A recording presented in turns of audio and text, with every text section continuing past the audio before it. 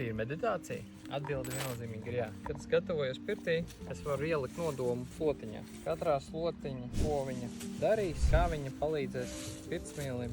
Arī jūs savas mājas pirtīs, kad gatavojaties, vai nu tas, ka jūs izmantojat pirktu slotiņu vai sienat paši, jūs viņu, ja tā ir ziemas slotiņa, pārsienot, varat ielikt nodomu, kā šī slotiņa palīdzēs tev pirtī.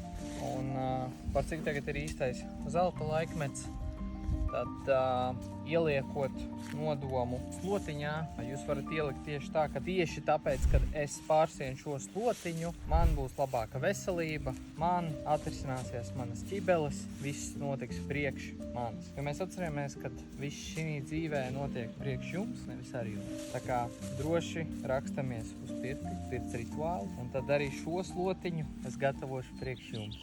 Tikšanos pirtī!